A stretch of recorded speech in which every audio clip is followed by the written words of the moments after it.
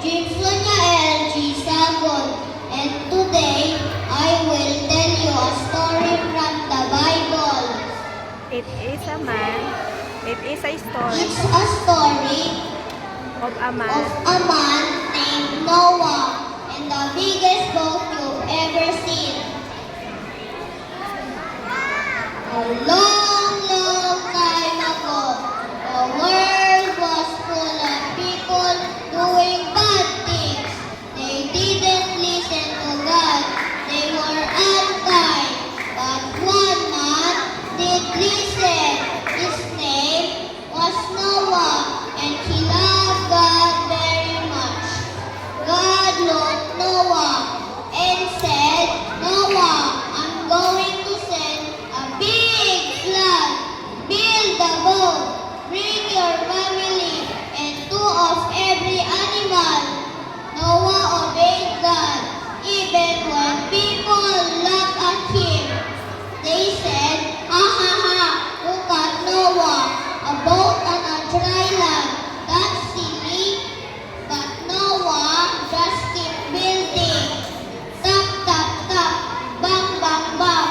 Soon the boat was ready and the animals came two by two. Stomp, stomp, stomp. When the elephants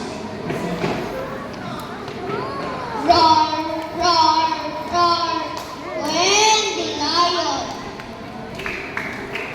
woo, woo, woo. When the cows tweet, tweet, tweet. When the birds they all walk into the boat. Then the sky turned dark. Drip, drop, drip, drop. It started to rain and rain and rain for 40 days and 40 nights. The people outside the boat were scared.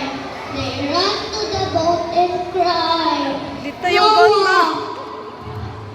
Noah, let us in. Help, we believe you now. But it's too late. God already closed the door. But inside the boat, Noah and his family were safe. The boat. The